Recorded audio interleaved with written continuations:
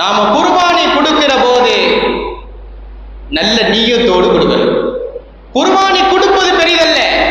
குர்பானி கொடுக்கிற போது கவனிக்க வேண்டிய விஷயம் நல்ல நீயத்து வேணும். இன்னமுல் அமாலு பின்னியாத், செயல்கள் அனைத்தும் எண்ணங்களை பொறுத்து அமைகின்றன.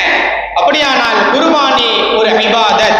அந்த இபாதத்தை நாம் செய்கிற போது நல்ல நீயத்தோடு முழு மனதோடு கொடுக்கணும், இறையச்சத்தோடு கொடுக்கணும். குர்பானி கொடுக்கிற போது நல்ல நீயத்து தேவை, இறையச்சம் தேவை. அல்லாஹ் குர்பானி கொடுக்கிற போது அதனுடைய தோலையோ சதையோ பார்ப்பதில்லை, மாறாக வலாக்கி யனாலுஹு தக்வா, உங்களிடத்தில் இருக்கக்கூடிய தக்வாவை தான் அல்லாஹ் எதிர்பார்க்கிறான்.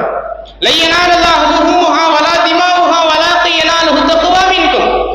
குர்பானி நீங்க கொடுக்குறீங்க, அதனுடைய இறைச்சியோ தோலோ அல்லாஹ்வை சென்றடைவதில்லை, மாறாக உங்கள் உள்ளத்தில் இருக்கக்கூடிய இறையச்சம் அல்லாஹ்வை சென்றடையும்.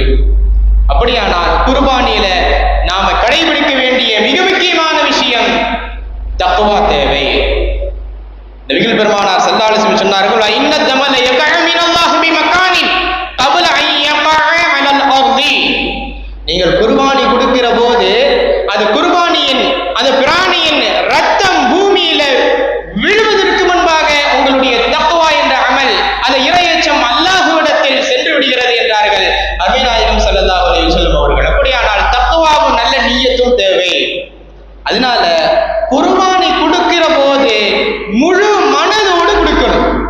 அரைகுறை மனதோடு கொடுத்தா நான் ஏத்துக்க மாட்டான், முழு மனதோடு கொடுக்கணும். பெருமானார் சொல்வார்கள், ஃபதீமு பிஹா நஃப்ஸா, நல்ல மனதோடு கொடுங்க, முழு மனதோடு கொடுங்க, தாராள மனதோடு கொடுங்க.